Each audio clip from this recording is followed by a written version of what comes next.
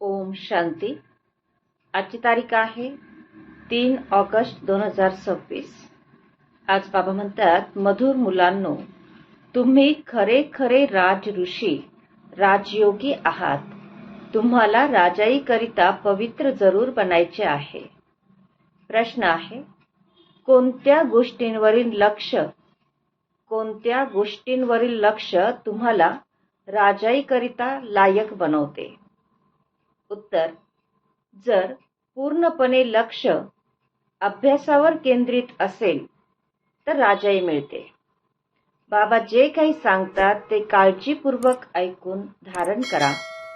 बाबांनी सांगितले आणि मुलांनी ऐकले तर राजाई मिळेल. जर ऐकताना जांभई देत असाल अथवा डुलकी काढत असाल, बुद्धी भटकत असेल तर राजाई गमावून बसाल. त्यामुळे पूर्णतः ईश्वरीय अभ्यासावर लक्ष केंद्रित करा. गीत आहे, हमें उन राहों पर चलना है जहां गिरना और संभलना है. ओम शांती. रुहानी बाबा रुहानी मुलांप्रती समजावून सांगत आहेत. आज मुलांना हठयोग आणि राजयोग याविषयी समजावून सांगत आहेत. मुलांना माहीत आहे की दुनियावाले जे काही शिकवतात तर तो सर्व आहे हठयोग, कारण ते कर्मसन्यासी आहेत. वास्तविक गृहस्थींना हठयोग कर्मसन्यास शिकता कामा नये. तो तर आहेच निवृत्ती मार्ग, तर तो धर्मच वेगळा आहे. तुमचा धर्म आहे देवी देवता धर्म. ज्या देवी देवतांनी राजयोगाद्वारेच राज्य प्राप्त केले आहे. आता तुम्ही राजऋषी आहात. बाबा म्हणतात, आता तुम्ही राजऋषी आहात. तर ऋषी त्यांना म्हटले जाते की जे पवित्र राहतात. तुम्ही आता पवित्र आहात. जर पवित्र राहिले नाही तर त्यांना ऋषी म्हटले जात नाही. तुम्ही राजाई प्राप्त करण्यासाठी पवित्र बनता. ते तर राजाई प्राप्त करण्यासाठी पवित्र बनत नाही. तुम्ही जाणता की पवित्र दुनियेमध्ये आपल्याला पवित्र राजाई मिळाली होती. भारतामध्येच 5000 वर्षांपूर्वी देवी देवतांचा पूज्य पवित्र प्रवृत्ती मार्ग होता. आणि आता पुजारी पतित बनले आहेत. तर पतित कसे बनले? 84 जन्मांचा हिशोब आहे ना. बाबा जो सहज राजयोग शिकवत आहे तेच तुम्हाला 84 जन्मांचा हिशोब सांगतात. संन्यास धर्मवाले इतर धर्मांविषयी काय जाणणार? हा आहे देवी देवतांचा प्राचीन धर्म आणि तो आहे संन्यास धर्म नंतरचा धर्म. तर जे भूतकाळात होऊन गेले आहेत त्यांना संन्यासी समजू शकणार नाहीत. तुम्ही जाणता हठयोग अनेक प्रकारचे आहेत. द्वापर युगापासून भक्ती मार्गासोबतच हा हठयोग सुरू होतो. आता मग आहे राजयोग. ते लोक हठयोग तर जन्मजन्मांतर शिकत आले आहेत. राजयोग तुम्ही एका जन्मामध्येच शिकता. त्यांना जन्मजन्मांतर पुनर्जन्म घेऊन हठयोग शिकायचाच आहे. तुम्हाला राजयोग शिकण्यासाठी पुनर्जन्म घ्यावा लागत नाही. हा राजयोग फक्त तुम्ही संगम युगावरच शिकता. राजाई मिळाली, स्वर्ग झाला की नंतर मग बाकीचे सर्व धर्म नष्ट होतात. तुम्ही राजऋषी आहात. राधे कृष्ण देखील पवित्र आहे ना. श्रीकृष्णाला महात्मा देखील म्हणतात. महात्मा पवित्र असतात. तुम्ही देखील आता महात्मा अथवा राजऋषी आहात. महात्मा अर्थात महान, महान आत्मा, पवित्र आत्मा. या गोष्टी कोणत्याही शास्त्रांमध्ये नाहीत, कारण शास्त्र तर नंतर बनतात. कथा लिहिल्याप्रमाणे बसून लिहितात.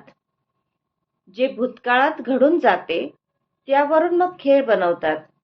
खरा तर नाहीये. आता बाबा मुलांना प्रॅक्टिकल मध्ये शिकवत आहेत. त्याचा मग इतिहास बनवला आहे. यादव, कौरव, पांडव होते. जरूर संगमावरच असतील. संगम युगाचा इतिहास बसून बनवला आहे. सण देखील सर्व संगम युगाशीच संबंधित आहेत. रक्षाबंधनाचा सण देखील पवित्रतेवरच आधारित आहे. नंतर मग त्याचे यादगार म्हणून प्रथा सुरू झाली. इथे बाबा देखील सर्वांना पवित्र बनवून प्रतिज्ञा करवून घेतात पवित्रतेची. शीख लोक कडे घालतात, तर ते देखील पवित्रतेचे प्रतीक आहे. आणि हिंदू लोक जानवे घालतात, तर हे देखील पवित्रतेचे प्रतीक आहे. परंतु पवित्र मात्र राहत नाहीत. राखी बांधून घेतात, परंतु खरा अर्थ थोडाच समजतात. पूर्वी ब्राह्मण लोक राखी बांधत असत, आणि आता बहीण आपल्या भावाला राखी बांधते, तर भाऊ तिला भेट म्हणून पैसे देतो. हे सर्व आता फॅशन म्हणून रूढ झाले आहे. वास्तविक ही आहे पवित्रतेची गोष्ट. बाबा म्हणतात, मुलांनो, काम विकार महाशत्रू आहे. ते लौकिक ब्राह्मण लोक काही असे समजावत नाहीत. आता बेहदचे बाबा सांगत आहेत की मुलांनो, प्रतिज्ञा करा की आम्ही पवित्र बनणार, कधीही विकारामध्ये जाणार नाही. बोलवता देखील यासाठी की येऊन पतितांना पावन बनवा.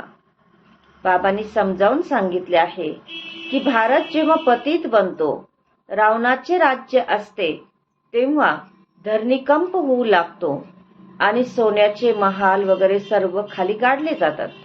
महाल इत्यादींना तर कोणी लुटले थोडेच आहे.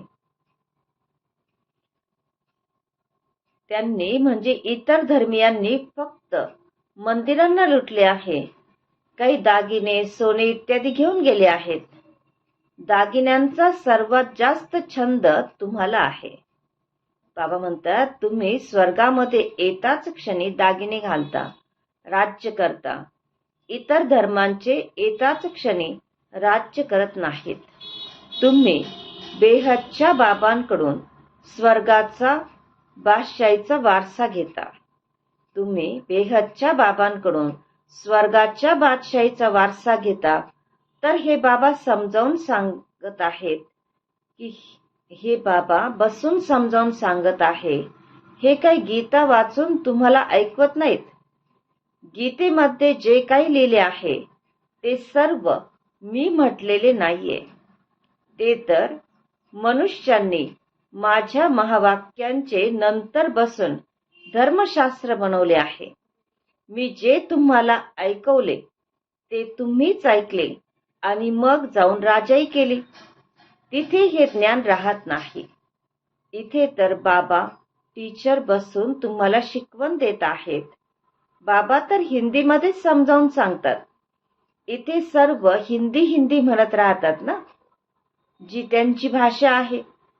वास्तविक प्राचीन भाषा हिंदीच आहे, संस्कृत नाही.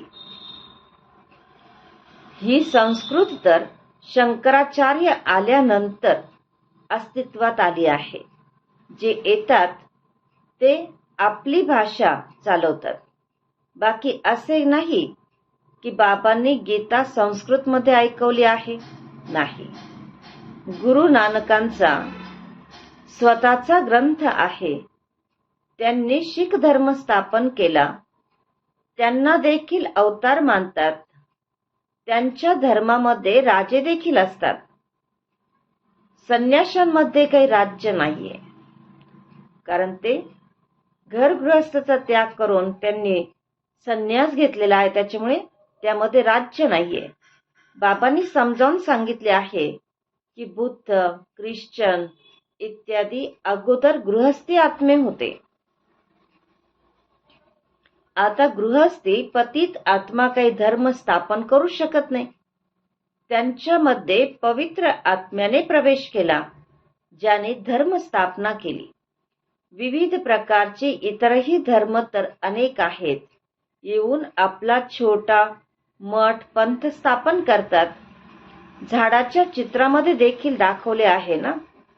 तर हठयोग आणि राजयोगामध्ये खूप अंतर आहे.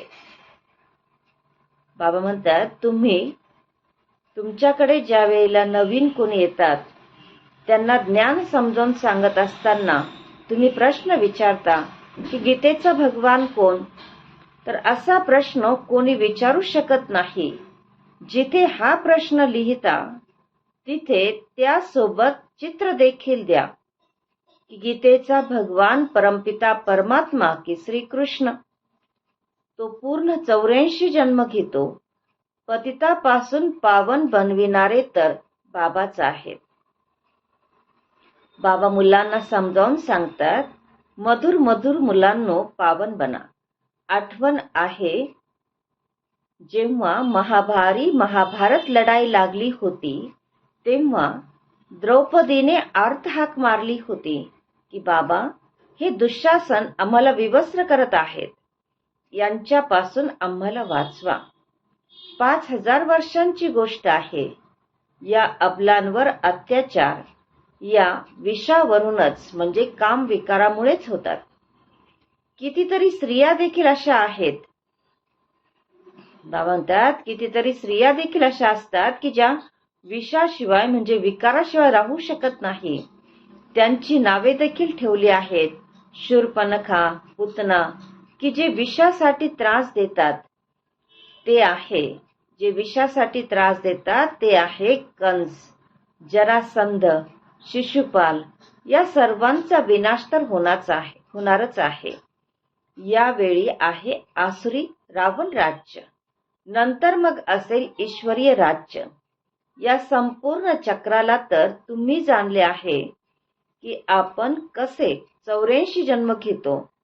हे तेव्हा विसरायला होते जेव्हा विकारामध्ये जातात. विकारामध्ये जाणाऱ्याचे तोंडच पिवळे पडते. स्वतः समजतात की आपण काय केले.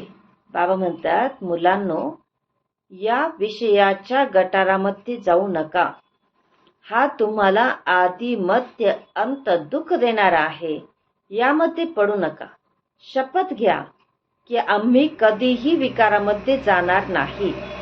भगवान वाच आहे, काम महाशत्रू आहे.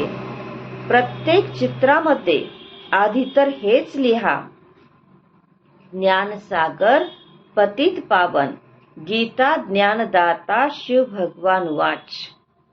म्हणजे मग श्रीकृष्णाचे नाव बुद्धीतून निघून जाईल. हे बाबा देखील म्हणतात की मुलांनो विकारामध्ये तर कधीही जाऊ नका. पवित्र बनल्याशिवाय स्वर्गामध्ये उच्च पद प्राप्त करू शकणार नाही. खूप जबरदस्त कमाई तुम्ही करत आहात. बाकीचे सर्व गमावत आहेत. भले कोणाकडे पदम आहेत, आलिशान बंगले बनवत आहेत, लाखो रुपये खर्च करतात. तुम्ही समजता की ते सर्व वेस्ट ऑफ टाइम आहे. हे काही कामाला येणार नाही. सर्व नष्ट होईल. ते तर समजतात की 10-12 हजार वर्ष टिकतील.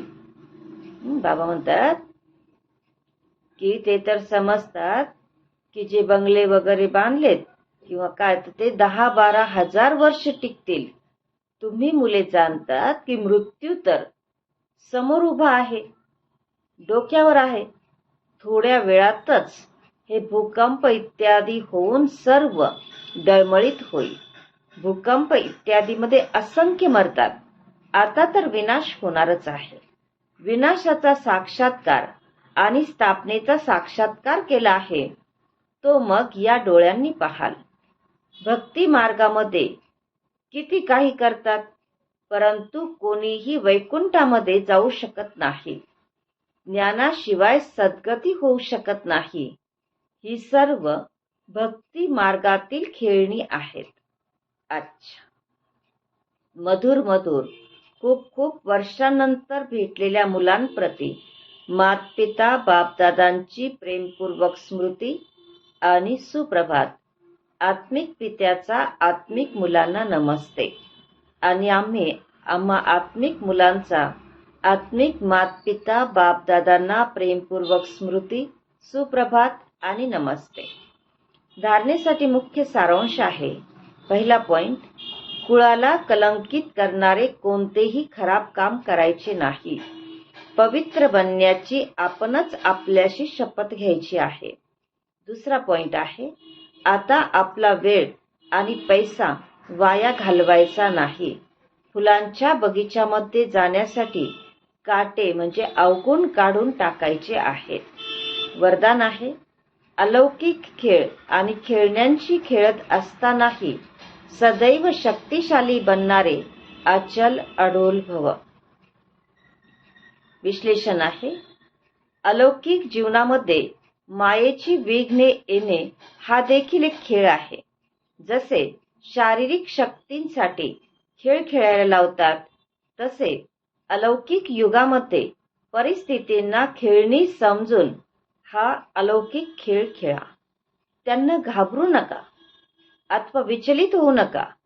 सर्व संकल्पांसहित स्वतःला बापदादांवर अर्पण करा, म्हणजे मग माया कधीही वार करू शकणार नाही. दररोज अमृत वेलेला साक्षी बनून स्वतःचा सर्व शक्तींनी शृंगार करा, तेव्हाच अचल अडोल राहाल. आजचा सुविचार आहे, कोणताही सांसारिक समाचार ऐकणे किंवा ऐकवणे हे देखील स्वतःमध्ये कचरा जमा करणे आहे. आजचा अव्यक्त इशारा आहे, अपवित्रतेच्या बीजाला सुद्धा नष्ट करून संपूर्ण स्वच्छ पवित्र बना. बापदादांचा मुख्य आदेश आहे की निरंतर आठवणीमध्ये रहा आणि मन, वाणी, कर्माने पवित्र बना. संकल्पांमध्ये देखील अपवित्रता अथवा अशुद्धता नसावी. याला म्हटले जाते संपूर्ण पवित्र. जर संकल्पांमध्ये देखील जुने अशुद्ध संस्कार टच करत असतील, व्यर्थ संकल्प चालत असतील किंवा स्वप्न येत असतील, तरीही संपूर्ण पवित्र म्हणणार नाही. म्हणून पवित्र भव आणि योगी भव या पहिल्या पाठाला स्वरूपामध्ये आणा, तेव्हाच पित्या समान आणि बाबांच्या समीप येण्यासाठी अधिकारी बनू शकाल. ओम शांती.